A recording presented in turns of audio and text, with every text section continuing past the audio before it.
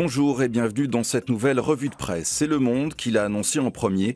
Le gouvernement prépare une réduction importante des charges patronales sur les salaires, avec l'idée de favoriser les entreprises exposées à la concurrence internationale. Libération, comme la plupart de vos journaux, expose également ce projet dévoilé alors que débutent aujourd'hui les négociations avec les patrons et les syndicats sur la sécurisation de l'emploi. Un enjeu résumé en un mot par Libé, celui de flexsécurité, une sorte de compromis idéal entre flexibilité et sécurité.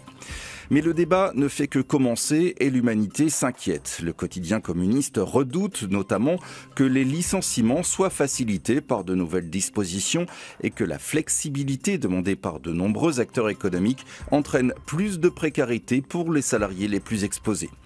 L'Élysée recule face à la fronde des start-up. Le sujet est à la une des Échos, mais aussi repris dans le Figaro. Il s'agit du mouvement de grogne des pigeons, comme ils s'appellent eux-mêmes, des dirigeants d'entreprises qui seraient donc sur le point d'obtenir là aussi un peu de flexibilité de la part du gouvernement sur la question des taxes liées à la revente des sociétés. Et voici le retour des rats gonflés et des OGM. Le sujet serait-il d'ailleurs en train de dégonfler? C'est en tout cas l'hypothèse du Figaro qui explique qu'une partie de la communauté scientifique dénonce l'expérimentation alarmante du professeur Seralini. Il dénonce un coût médiatique, des méthodes peu rigoureuses et demande un débat raisonné sur les OGM.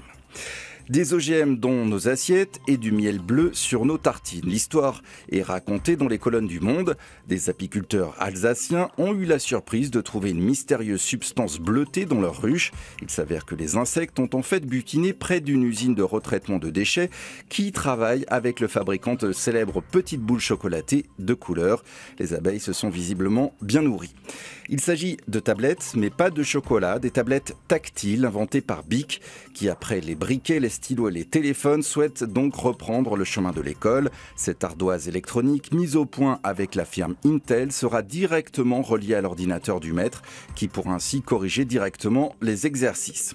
L'image du jour est insolite. Elle représente dans le Figaro des éoliennes installées à l'intérieur, sous les verrières du Grand Palais. Mais celles qui tournent sont à leurs pieds puisque cette débauche d'énergie est signée Chanel pour la présentation de sa nouvelle collection, signe que les défilés de mode sont obligés de voir de plus en plus grand pour se faire remarquer, et c'est gagné. À demain.